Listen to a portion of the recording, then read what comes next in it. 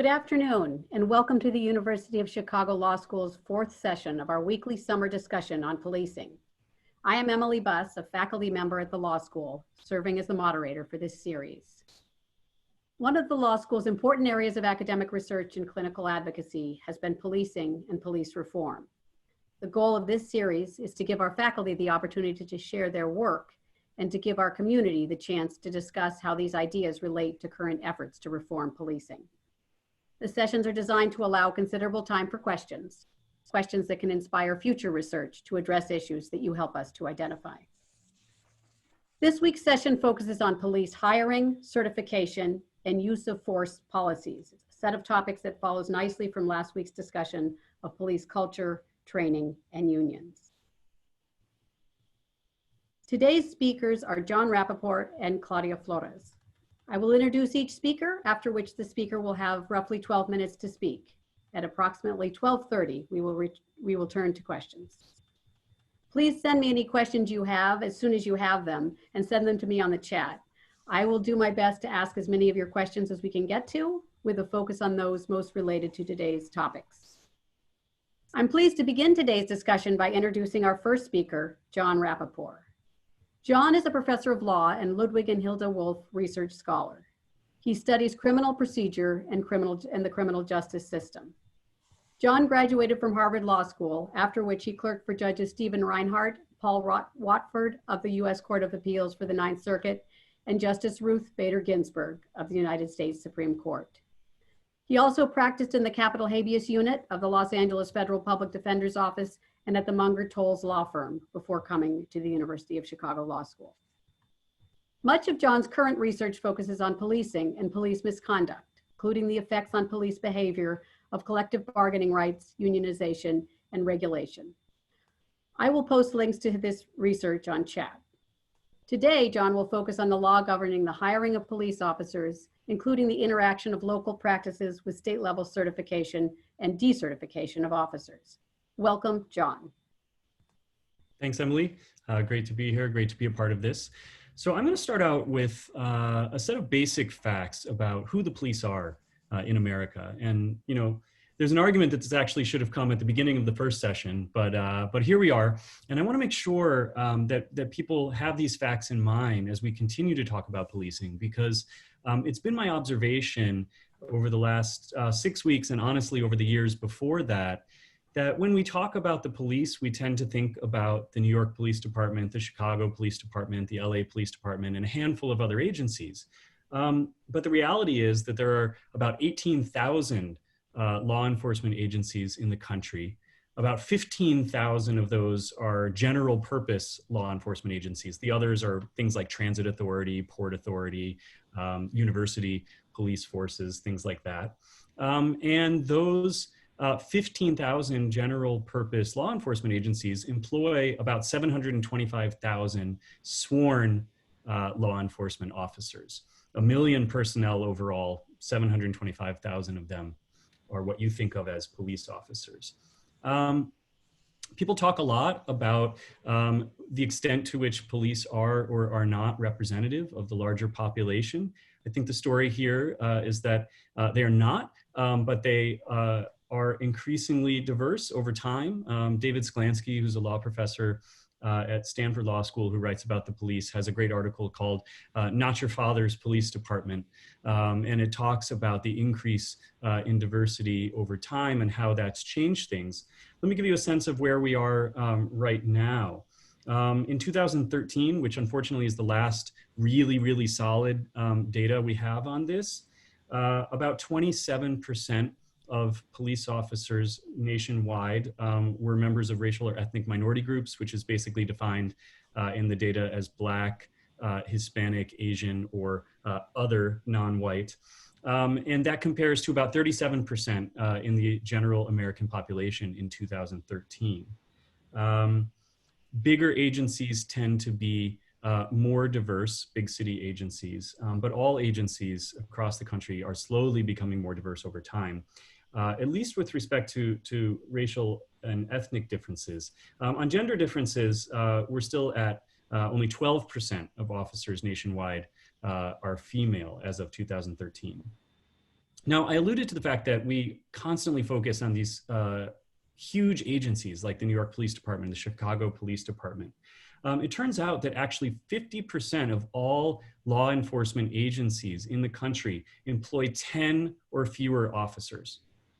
Most police departments are tiny, tiny operations, and they cover a lot of United States territory. And I think that we need to think in our research, all of us going forward, more carefully about the differences among these agencies. And it's easy as a researcher to be tempted to just study the big cities because you feel like you maybe get a lot of bang for your buck there. If you can fix the NYPD, then you've affected millions and millions of people's lives. But in reality, as I say, half the agencies have 10 or fewer officers. Starting salary for a police officer in 2013, the average starting salary was about $44,000. And in terms of the educational level, about a quarter of officers work at agencies that require at least 2 years of college education. 84% of law enforcement agencies require only a high school diploma.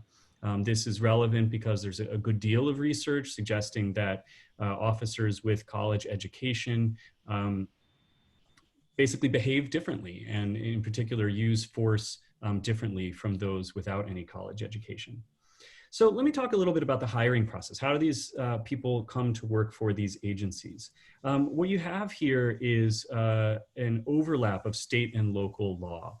So in just about every state, I think soon it will be every state, in order to be a law enforcement officer, a sworn officer who carries a badge and a gun, you have to get certified or licensed by a state level agency. These are usually called the Post Board, which stands for Peace Officer Standards and Training Board. They have different names in different states, but Post is how we generically refer to them.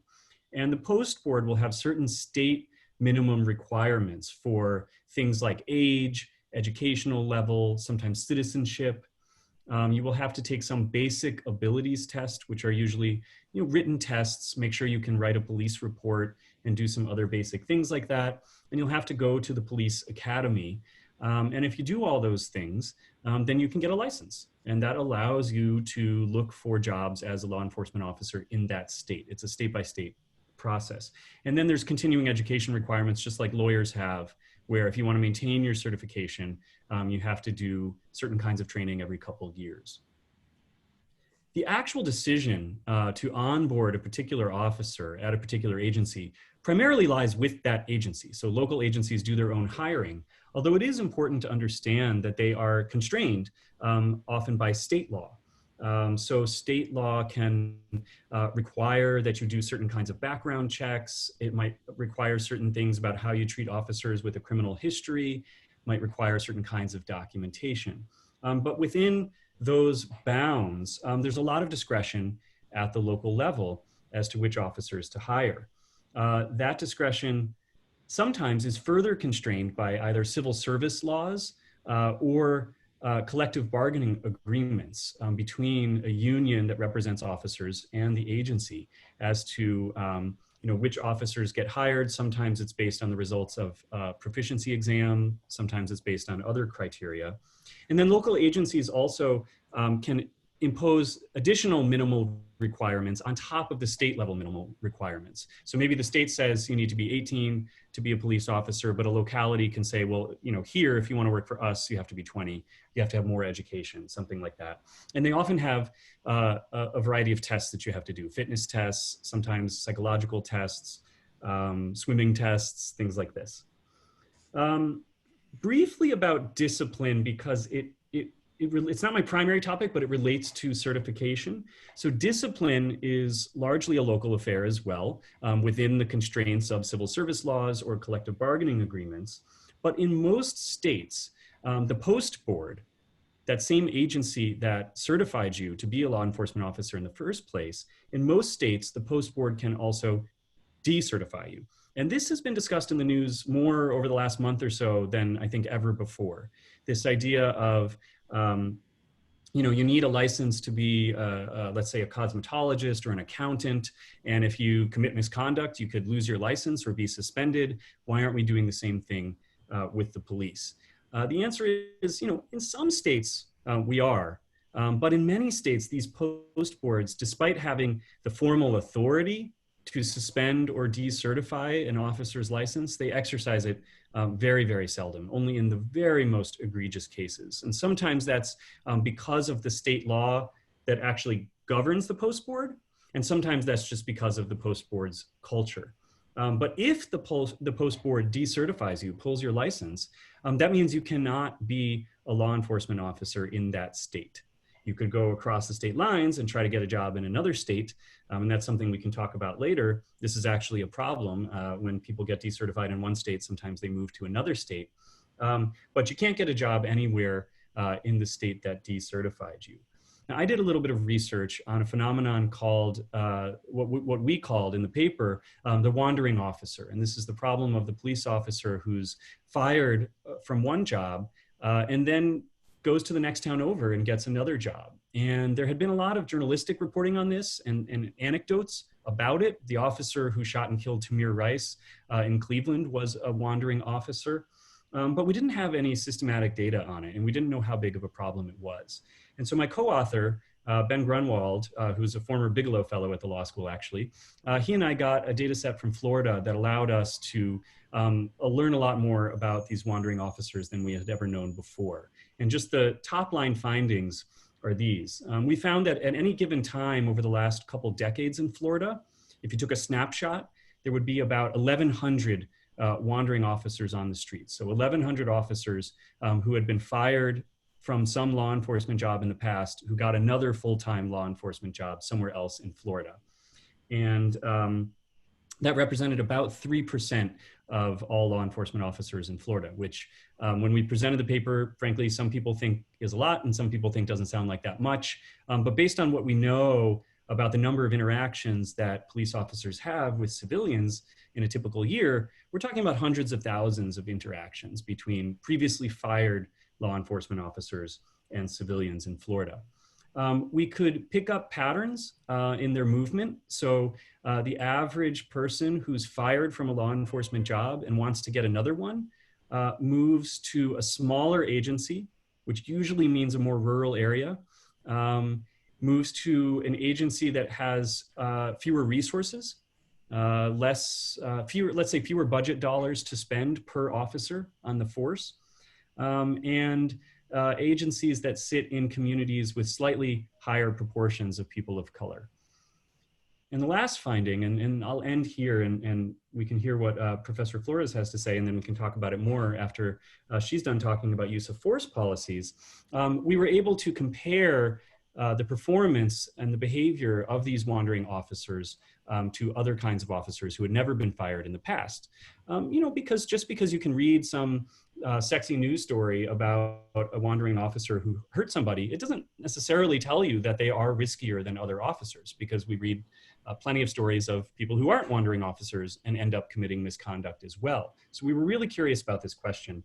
And it turns out that in policing, past is generally prologue, and wandering officers are fired at about twice the rate of other officers and commit what Florida calls moral character violations, which are very serious incidents of misconduct at about twice the rate of other officers. And we compared them to a number of different comparison groups. We compared them to rookie officers. We compared them to officers who had moved agencies but done so voluntarily. And we even compared them to other officers who were hired in the same geographic region around the same time. And however we sliced it, we found that the behavior of these wandering officers was significantly worse than other officers. And so I think this puts the spotlight back on these certification schemes, and I think raises the question of whether states should be more proactive about using the decertification mechanism to prevent officers from moving from one agency to another. So I'll stop there, and I look forward to Professor Flores' comments, and then I look forward to our discussion later. Thanks very much, John. Our next speaker is Claudia Flores. That is my timer going on. Claudia is Associate Clinical Professor of Law and Director of the International Human Rights Clinic. Before her appointment to the law faculty, Claudia was a partner at the Hughes Sokol firm, where she specialized in civil rights and constitutional matters. Prior to that, she served as a legal advisor for the United Nations Development Program and the United Nations Women in East Timor and Zimbabwe. And she also managed a USAID funded program to combat human trafficking in Indonesia. From 2003 to 2008, Claudia was a staff attorney at the American Civil Liberties Union in the Women's Rights Project. Claudia attended New York University School of Law, where she was a Root Tilden Kern Public Interest Scholar. After she graduated, she clerked for Judge Harry Pragerson of the Ninth Circuit. Claudia's Human Rights Clinic recently published a report documenting the failure of police use of force policies to comply with human rights law and standards. I will post this report and other relevant reports on the chat site. Today, Claudia will discuss police use of force policies in the United States and their compliance with international human rights standards. She will also discuss some comparative examples from other countries. Welcome, Claudia. Thank you. And Professor McAdams, do you have my presentation up? There we go. Okay, great. So it's good to join you all. And I think it's also going to be useful to have the conversation that I'm hoping to prompt following Professor Rappaport's discussion about hiring and licensing and termination of police officers. So, you know, as nationally, we've sort of been reflecting upon how we can go about cabining police discretion in a way that leads the police to act in a manner that we're hoping that they will act. One of the documents and the sources that has become incredibly important is police department lethal use of force policies. Up until now, the primary sources that cabin police discretion on lethal use of force have been state legislation and the policies that police departments have internally. State legislation tends to operate at a very general level. So police lethal use of force policies are really the documents that police officers rely on to determine when they can use lethal force. The International Human Rights Clinic, as Professor Buss mentioned, released a report a few months ago that reviewed the police lethal use of force policies in the 20 largest cities in the United States by population, getting a lot of bang for our buck, and compared those policies against international human rights standards. And so I'm going to talk a little bit about the findings of that report, which was produced by University of Chicago law students. And then I'll talk a little bit about the comparative work that we've started doing as well in thinking about what policies could look like and what sort of the next phase of police officer directives could look like. So as you can imagine, international human rights standards have quite a bit to say about the use of lethal force. There are very fundamental international human rights that are implicated, the right to life, liberty, security of person, torture, freedom of expression in the context of protests, and then of course, non-discrimination in the context of the issues that we've been talking about in relation to race and communities of color. Over the last decade, the international human rights system, and this is the member states of the United Nations, which is most of the countries in the world, have developed a number of sources that are intended to guide the use of force. So there's a code of conduct for police officers, there are basic principles on the use of firearms and the lethal use of force, and a number of reports by special experts that were appointed by the United Nations. So what the clinic did, and Professor McAdams, if you could go to my next slide. So what the clinic did is it analyzed these sources and developed 4 general principles that are intended to cabin the lethal use of force. So the first is legality, which is that use of force policy should be grounded in law. And that's important because it's not just an individual departmental policy, but actually legal authority for when force can be used. The second and the third are the ones that are really the meat of trying to cabin police discretion, and those are necessity and proportionality. Law students are familiar with these concepts in many different areas, but necessity essentially requires that police officers only use lethal force when they are faced with force themselves that is imminent, that there is a threat that is particularized, so not just a general concern, and that it's only as a last resort. So that's the first attempt to cabin police discretion. The second is proportionality, which is simply to say that the force that you are using on a suspect is proportional to the force that is coming at you. And then the final is accountability, which is that there's some meaningful accountability mechanisms. Under international human rights standards, the accountability mechanisms must be external, so not just within the police department itself. They must be independent, And there must be actual reporting. So in some police departments in the United States, there is a requirement for contact, just letting an external mechanism know that something happened, but not a full report. And that this reporting happened every time lethal force is used, not just when it results in injury or death. So those are the general standards. And Professor McAdams, if you could go to my next slide. Okay, so this is just the general findings of the report. And essentially what we found is that none of the cities that we reviewed met these basic standards, and these standards are intended to be basic. So on legality, the cities all fell short of having a compliant state law. And just as an example, Columbus had no state law at all. Under necessity, 8 of the cities failed to meet the necessity prong that I just described to you. Indianapolis actually failed on all 3 prongs, not requiring that force be used as a last resort or that it be in response to a particularized threat. Under the proportionality prong, 3 of the cities failed. There are a number of cities that have a fleeing felons exception or that allow a force to be used in a way that's not proportional. And then the accountability prong, which is generally considered to be very important, only LA and Chicago met the accountability standard. And I'll talk a little bit about what that means, because we're talking about policies, right? We're not necessarily talking about what happens in practice. And there are all sorts of good reasons why LA and Chicago might have better lethal use of force policies.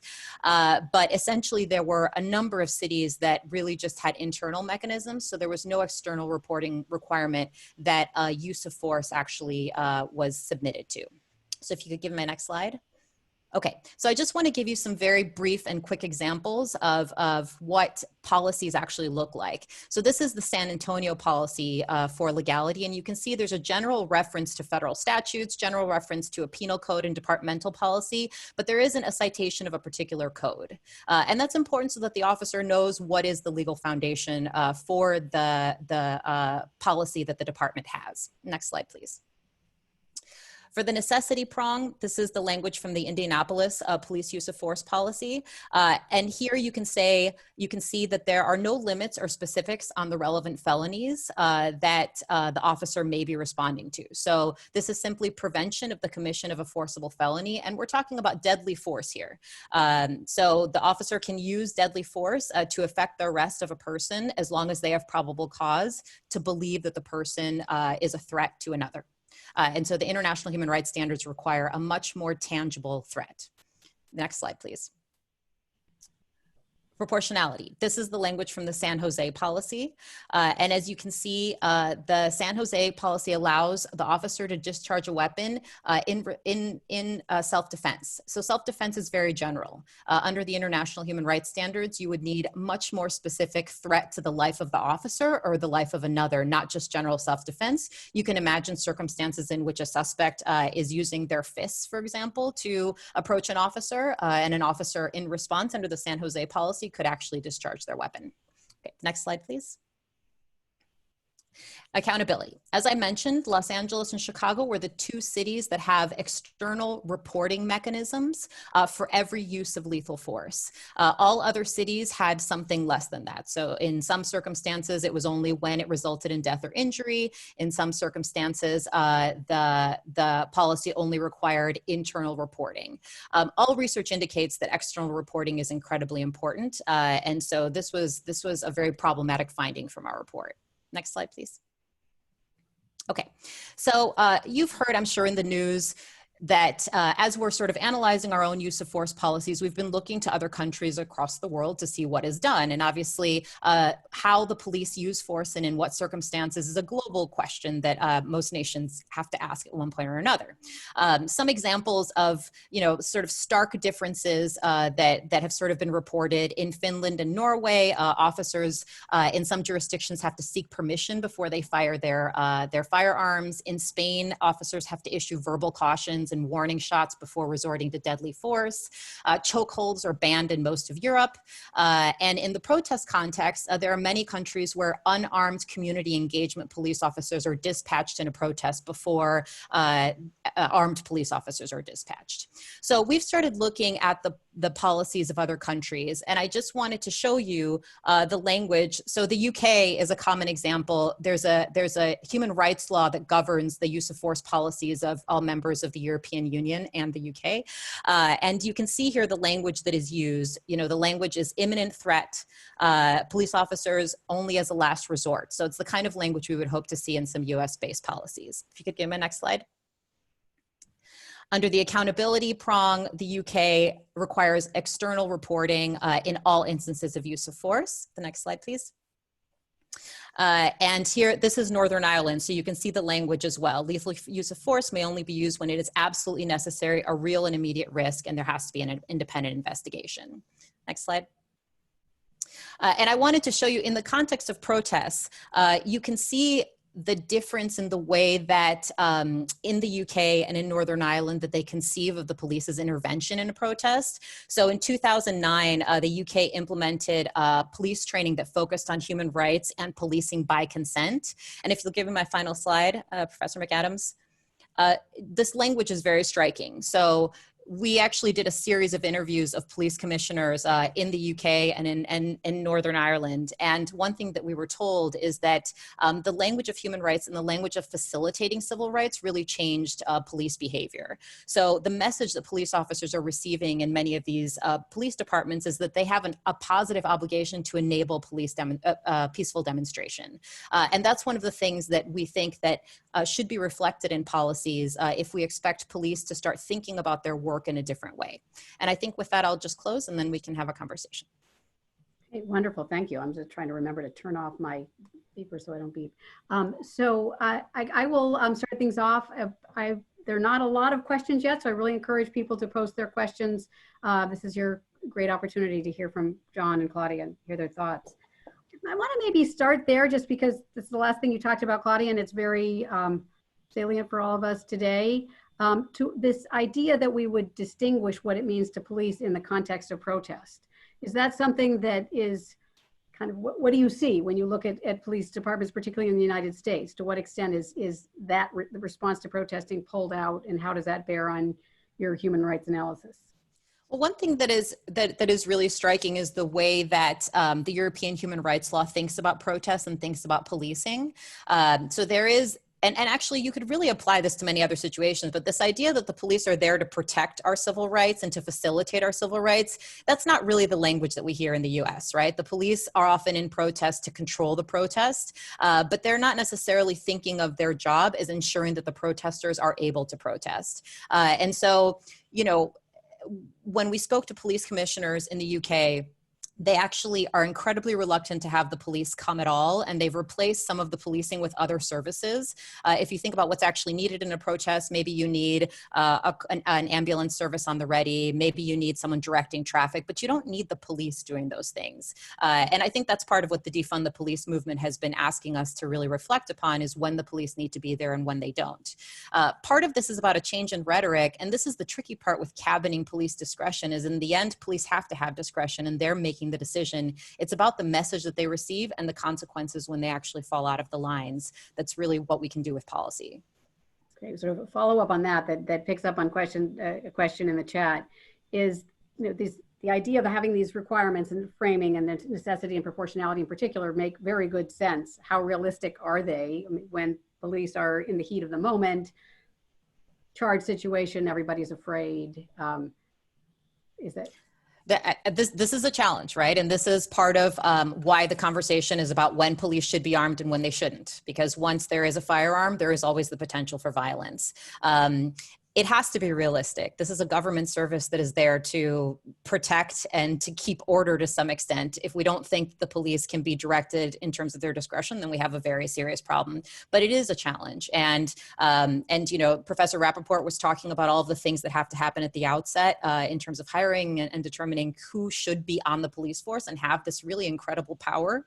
But we also need functional police departments that are sending the right message. And in the same way that other civil servants to do their particular jobs, police should be required to as well. So a question that is, I'd say, a theme from many weeks appropriately is, to the extent we identify problems, how does change come about? How do we learn, maybe, you know, from models, maybe in other parts of the world? in particular jurisdictions about how to change things. And maybe both of you could talk more in sort of on your particular topics. You know, John, you talked about the certification and the potential for decertification, but that sounded to be very limited to within state wandering police, I think. And so both the question of how and are there any examples where there's been a real progress in moving toward addressing this issue of particularly responding with the wandering police and the police who ought to be decertified. And then Claudia, we'll get to you. I want to hear sort of thoughts about how you translate human rights law, norms, et cetera, into really making a difference on the ground in the United States. John? Yeah, if I could actually exercise the speaker's privilege to add a little something to the end of what Professor Flores just said. You know, there's not a ton of research about the effects of use of force policies on police behavior, but there is a little bit. And what research is out there has found that use of force policies make a difference. And it surprises people sometimes. I think if you go into this with a model of a police officer as the person who just does whatever he wants to and is going to do whatever it takes to protect himself and, you know, get home to his kids at night or whatever it is, then you might think that doesn't matter. But I think a lot of this, you know, the police are heavily trained, and they're trained in an almost routinized militaristic fashion. And so if from day one they're trained on different policies, it does on the margins affect their behavior. And that's not to say that you can't find examples of police officers in jurisdictions that have great policies who hurt people. You can find those examples. But the research we have, some of which is getting dated now, does, I think, all find that better use of force policies improve police behavior on the margins. Okay, so to the immediate question, I think there are multiple levels of reform we need to be thinking about here. So I mentioned quickly in passing that state level practice varies quite a bit. And what was striking about the data that we worked with is we were working in a state that is one of the two most aggressive states in decertifying officers. Yet we still found 1,100 wandering officers at any given time in the state of Florida. Florida is decertifying over 1,000 officers a year. So if you think of this as, you know, the low-hanging fruit, I mean, they're skimming off the 1,000 worst officers every year, and you still got 1,100 wandering around. In other states, like Illinois, for example, we basically don't decertify anyone. There is statutory authority, but it requires a criminal conviction. So in Florida, there's a list of prohibited conduct, and the post board actually holds hearings if necessary and determines, did the officer commit this conduct? And if we find by clear and convincing evidence that the officer committed this conduct, we will decertify him, or we will at least consider decertifying him. In Illinois, we're not even talking about it unless the police officer did something wrong and then also was criminally prosecuted for it and convicted of it. So state level practices vary quite a bit. And there are a lot of states that have a lot of room to improve, including our own Illinois. But then, you know, you also gesture at the interstate problem. And what you need here is you need some sort of national system, some sort of national database. There actually is a national database. It's called the NDI, the National Decertification Index. It's not open to the public. We can't go online and see who's in there. And it's basically totally incomplete. Contributions to the NDI are voluntary, and some states just don't contribute any data to it for reasons that I think are poorly understood. And one of the recommendations actually in President Obama's task force on 21st century policing in their final report was to implement, you know, a real functional national decertification index. And these two things have to go together. You've got to get states being more proactive about picking that low-hanging fruit and throwing it out. And then you've got to get that information into some sort of national database so that it's available to agencies who are considering hiring these people in other states, and they can use that information during the hiring process. I think that's right. You know, the lack of availability of a national database, a mandatory one, it really hampers not only research, but also just any determination of what's working and what isn't on a state-by-state basis. We also need national legislation. The Justice and Policing Act that is before Congress in some format right now is a dramatic improvement over what has existed before. We grant the police a lot of discretion in this country, and not every country does. Just to give you an example, you know, protective orders that are, you know, court sanctioned orders for a domestic violence victim, constitutionally, the police don't need to respond to a call of a domestic violence victim who has a protective order. There are other jurisdictions where it would be mandatory. Once a domestic violence victim has a protective order, the police need to investigate. So there are a number of policy changes that we could make that would limit police discretion a bit more and really direct it. And the police is like any other organization. You know, when there's an organizational mandate and the proper training is in place and the proper accountability is in place, like any other organization, the employees will respond. So we have some questions about underlying racism, systemic racism, and the extent to which any of this can be changed, the kind of changes you're talking about in terms of that mindset and the attitudes and the understandings of the requirements without addressing that huge underlying issue. And I'd like to hear your thoughts generally about this, but also, John, maybe particularly to the extent there's a real variance, you noted variance among police forces. Do we see improvements? Do we see some promising signs in the more diversified forces? Yeah, it's a good question. So there are fairly substantial and presently growing bodies of empirical research about race and the use of force, both the officer's race and whether either the officer's race or maybe the overall racial makeup of the police force makes a difference. And then, of course, whether the suspect's race makes a difference. And it would be difficult to sum it all up, and there are literally, you know, new papers every week. I think it would be fair to say that when it comes to suspect race, there is certainly an enormous body of literature finding that police engage in racial profiling. So they take race into account, whether consciously or subconsciously, in choosing whom to interact with, right? Whether it's to stop somebody on the street, to pull somebody over, that they bias creeps into those decisions. If you say, then let's look at the group of people who have interactions with the police and try to figure out whether police are then discriminating in choosing whether to use force.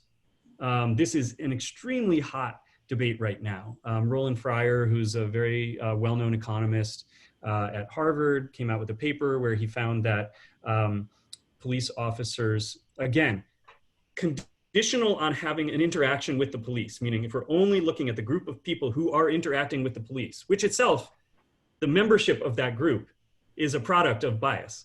But if we're looking within that group, he found racial disparities in the use of non-lethal force, so against Black suspects and white suspects, but did not find evidence of disparity or discrimination in the use of lethal force. There have been many responses to Fryer's paper and some very, very technical debates about whether it's even meaningful to ask the question sort of conditional on having an interaction with the police. And I can't even understand all of these mathematical debates.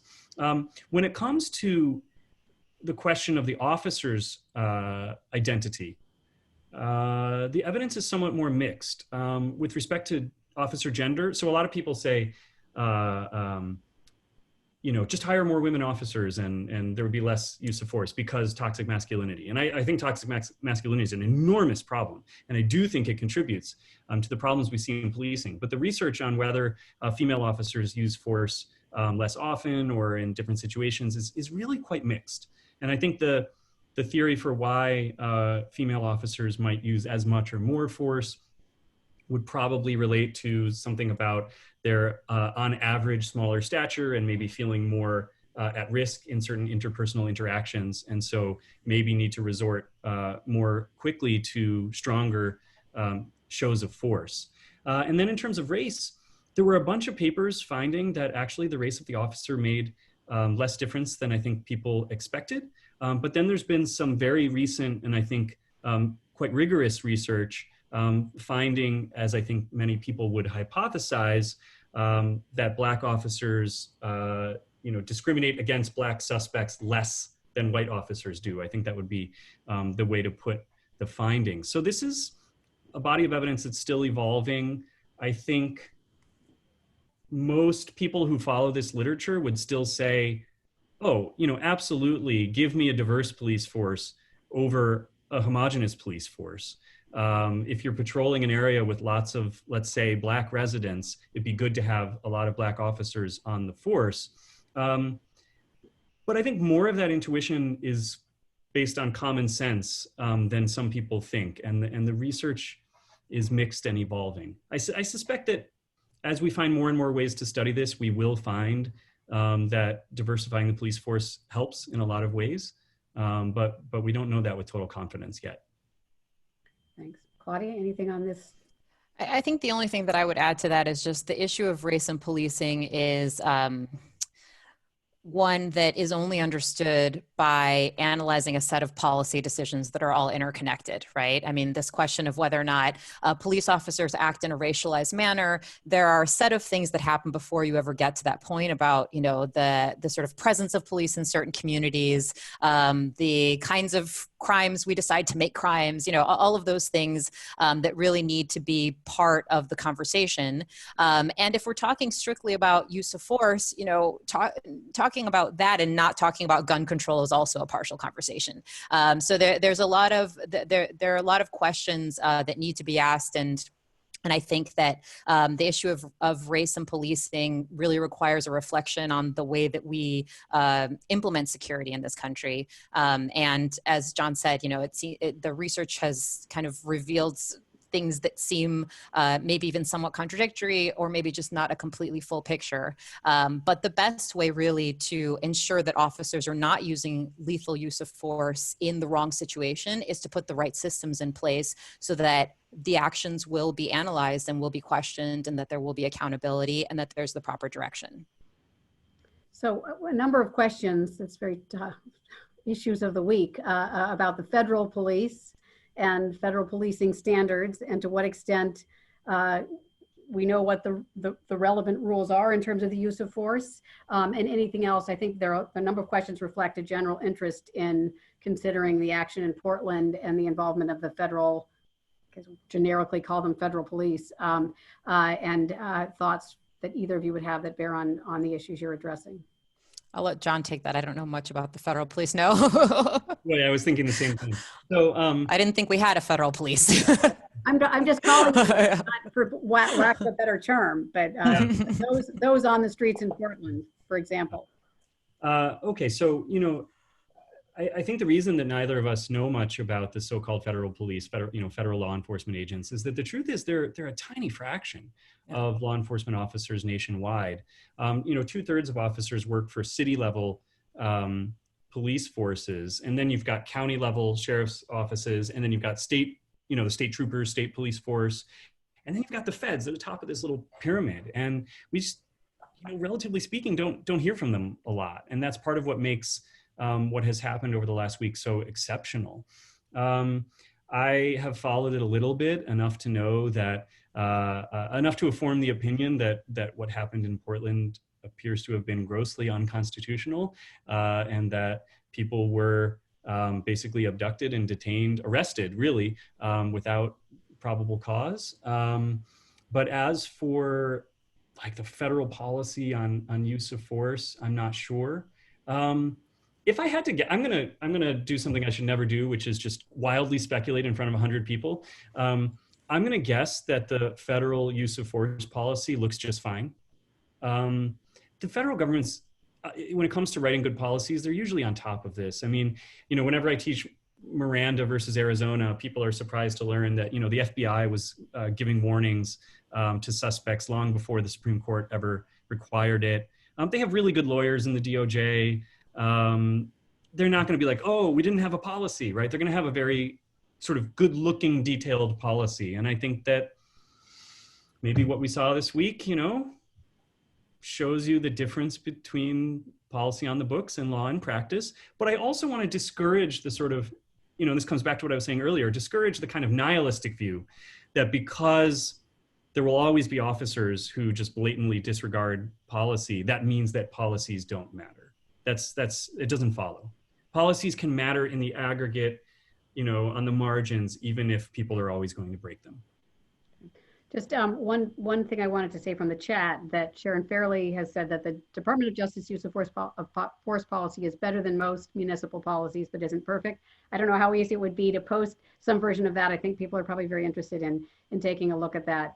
And just, you said blatantly unconstitutional. I want to make sure I'm tracking. You're saying Fourth Amendment violations? Is that what you were saying? Okay, yeah, right. So search and violation of the search and seizure. Yeah, and I'm talking right now about the particular incident where they sort of grabbed people and took them into the van and took them, I think it turns out, to the airport and questioned them and then let them go. There were other incidents too. There was one involving a Navy veteran that has to have been against any use of force policy. There's a video where the protester, who happens to be a Navy veteran, goes up to the officers and he's talking to them and his hands are at his sides, and then they just hit him with the baton and pepper spray him. I mean, I think even the worst use of force policy would say that was against policy, and they just broke policy. And also that was probably an unreasonable seizure under Fourth Amendment law. So Claudia, we had a question about sort of comparing how we handle protests with, and you've talked about this some, but one of the questions particularly asked about the Yellow Vest movement in France and how police or others responded to that, and how that compares to the response of the police to protesters in the United States.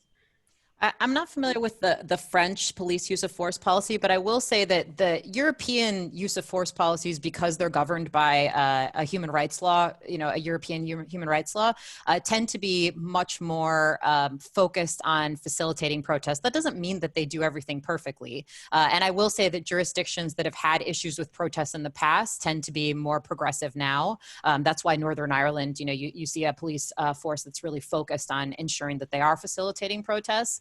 But there are some good practices, and in the context of protests in particular, I think the general opinion, we actually interviewed a lot of the leaders of the Black Lives Matter movement in the UK. The students did when we did this research a few years ago, and the general feeling was that once the police are present, that things get worse. Whether or not that's the case or not, I think is another question. But it does seem worthwhile to put some effort into figuring out what other government services might be appropriate in a protest, at least at the outset, before it becomes clear that a protest needs something else. European policies are generally better than American policies on this. And, that's a little bit concerning because speech is sort of one of our primary well-loved constitutional rights. It seems like something that we should really be trying to protect and focus on.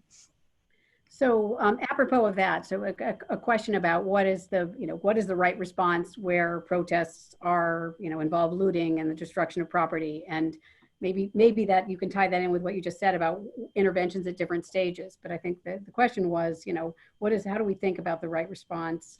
And maybe you can comment comparatively as well. I don't think there are any jurisdictions that are not going to engage the police once looting takes place. And I think that conversation in a way needs to be kept separate. But I will say, for example, some best practices that we've seen, engagement with an organized protest in advance between some government arm that's responsible for this, not the police, to sort of talk about how the protest is going to take place, how they can support the protest, sending community liaisons out to the protest, not armed, not in the police department, to actually have to facilitate the protests and to assist, making sure that ambulance services and other kinds of services are there to help direct the protest. There are a lot of steps that take place before the police are called. And then when looting takes place, there needs to be some kind of security-based response. What that response is, I'm sure can vary, but that needs to be kept separate from facilitation of the protest itself. So this is a kind of big shift in what we're talking about, but I wanted to go back to one of the first things you said, John, which is that so many of these police forces are really tiny and we shouldn't lose track of them. do they behave the same way? Do they have the same issues? I mean, it seems like when you talk about a police force of 10, I'm imagining maybe a very, very different kind of jurisdiction. What do we know about how much these are, the city story, the big city story of policing looks the same or different from what we're seeing in these tiny? I'm very glad you asked that question. I think we don't know nearly enough. We're starting to learn. I have a little bit of work myself on this topic. My view, which is, I will say, partly informed and partly extrapolation from the little bit I do know, is that the small police departments are, if anything, probably worse. I really believe that. So let me give you a few pieces of information to that effect. One is that some people might have seen there was a post on, I think it was on 538 by Sam Sinyangwe, who's one of the co-founders of Campaign Zero, and they do one of the best jobs of anyone out there of tracking police violence, in particular fatal violence. And say a little bit about Campaign Zero, just real quickly. Zero is sort of a data-driven arm that is linked to the Movement for Black Lives. It was founded by Sam Sinyangwe and DeRay McKesson, and they have amazing websites. If you go to Campaign Zero, they have a couple different websites. They've done amazing research on police union contracts, and they do, I think, the best job out there of tracking police fatalities. They stepped up, and a couple of other outlets have stepped up too, but at least the last time I checked, theirs was the most comprehensive website that tracked police killings in the United States over time. They're also really good at visualizing data, so it's just, it makes things very comprehensible. And what Sam posted about is that he found that although the number of police killings over the last 5-10 years has been very, very stable, about 1,100 a year, that it's actually, that masks geographic variation, and that police killings are going down in big cities, and they're going up in rural and suburban areas. There's a version of this story, there's a simplistic explanation, which is probably partly right but a little too simple, which is just that, just like with many other professions, the big cities are attractive. Big city police departments have more prestige, they have higher pay, they have better benefits, they let you live in cities that are more interesting to a lot of people. And I think there are a lot of these small departments, in the middle of a big state that just have trouble finding good quality people to be their police officers. And I think they don't have anything like the supervisory structure that a big city police department has. And it's easy to lose sight of this when you just see video after video from the same couple police departments. But you can take this how you will, but most policing experts would tell you that the NYPD is one of the best police departments out there. And I know that's hard to stomach when we've all seen the videos of NYPD officers doing outrageous things in the last couple weeks. But if you take an aggregate view, that is what you see. And so, I did some back of the envelope numbers and found that 2/3 of all police killings occur outside of the 100 largest cities. Now, I think, meanwhile, between 50% and 2/3 of all news stories about police misconduct are about the 3 biggest cities in the country. So we have this wildly disproportionate coverage of what's happening in LA, New York, and Chicago. And it makes us, and the problems are real and they're substantial. I don't mean to downplay them, but we just don't hear about the stuff that's going on elsewhere. 2/3 of all police killings are outside the 100 largest cities. And when you look at the list of 100 largest cities, when you get down into the 80s and 90s, you don't think of those places as big cities. It's places like Hialeah, Florida, Garland, Texas. These are on the 100 largest cities list. And so a lot of the action is happening in small areas. It's just harder to study them. Yeah, and I take it. I'm really interested. I was just going to say, I'm really interested in that finding, because you would think that these smaller police departments, a police department of 10 officers would be easier to manage, that supervision would be closer. I wonder if, it's worth looking at leadership in those departments and in those contexts, where policies and state legislation would really matter, right? Because the police chief or whoever is in charge would really be in a position to supervise and closely train all of their officers. But yeah, it is interesting. They just don't have as much personnel to build the sort of supervisory pyramid that you can build in a large department. So you might have a chief and 9 officers, but the chief can't be everywhere at once. And the 9 officers are spread out, around the jurisdiction, and they don't have sergeants and so on. And I think you're right, Claudia, that this may point to a bigger role for state law. I've talked to some of the police chiefs in these tiny jurisdictions, and they say, you have no idea. He said, this one chief, he's like, I've got 2 officers and a part-time secretary. That's my department. You think I can keep up on all the latest law that's coming out of the US Supreme Court and the state Supreme Court and the state intermediate court and make sure that my policy is updated, every time a new decision comes down? I can't do that. And so, I've written a little bit about how I think liability insurers are playing some of that role, but I think there's also a role that state government, whether it's the post board or just the legislature, could be playing in making things easier for those departments by, frankly, this is kind of an anti-federalist thing to say, but just making some of the decisions for them, making good decisions. One of the things that's interesting, I'm just a comment because I want to ask Claudia another question, but it's interesting that, the defund movement certainly is talking about shifting resources. But I took note when you talked about the salary average, I think 44,000. And I took note when you said one of the reasons that the police perform better in these bigger cities is that, there's a lot of things, but one of them is they get better paid. And of course, this debate in many a context where, you see this when we talk about teachers as well, right? But to what extent are we sort of guaranteeing that we're going to be sort of minimizing in some ways our opportunity for reform because we're making this a job that is not going to be very attractive to people who have other opportunities. I don't know if you want to say anything. Go ahead, Claudia. No, I was just going to say, I'm not sure that we can defund the police and still have the police officers that remain well paid and well trained and well credentialed, right? I think those two things could actually work together. I would be surprised if the defund the police movement intends for there to be a scrappy police force with no resources and no training. And I think the variation in salaries is very significant, and it's going to draw different sets of people in addition to whatever resources the department may have. So I think those two things could actually work together.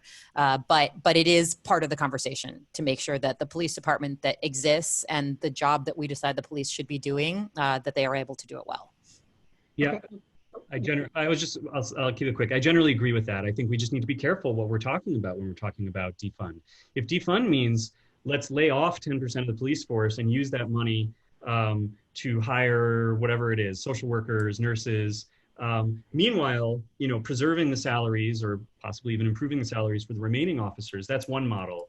If we're careless and we just say, every department in the state, including those, that have only 5 officers and couldn't possibly get by with fewer than 5 officers, they lose money and they have to cut salaries, I think that could be counterproductive. Okay, so last question, Claudia. This is a kind of the big and meant to be a little bit provocative. What difference does human rights, international laws, what difference is it going to make for us here? It makes those of us who care say, aha, but what can we harness this in a way you can talk from your own experience or your aspirations of how to harness the kind of findings that your report makes with change? I would like a separate session to answer that question. Is that allowed? 30 seconds. Okay, so there are several answers to that. One is the United States does have treaty obligations. We have ratified certain treaties and we have obligations under those treaties, and many of those obligations are consistent with what you would find in our Constitution, but more protective, I would say. So as whoever asked that question probably knows, our current administration has been withdrawing us from the international human rights system, defunding the international human rights system that's meant to hold governments accountable when they are not meeting the needs of their citizens, and that is a problem, but we do have obligations. In the context of police lethal use of force, what's useful about about it is that it allows us to see a different way, a new way in which the police are focused on the individual rights and needs of citizens. The US Constitution has not been very protective in this area, and that's part of why we find ourselves where we find ourselves. The standards that do exist have been decentralized just because of our state system. And so comparing these policies against international human rights allows us to look at what a basic standard might look like and think about whether or not that's something that we want to meet, simply as something that we would want to do as a country. It also allows us to take a comparative view. So there are a number of issues that the US faces, many issues that the US faces, that many other countries around the world have faced as well. And the issue of security and the issue of policing is obviously a global issue. So it allows us to learn from other countries and to see how we might arrive at a system that actually works for us as a country. There is value as well to setting basic standards. And again, this is why I would want a separate session in the globalized world that we live in, and in not leaving individuals just subject to the particular administration and national government that exists at the time.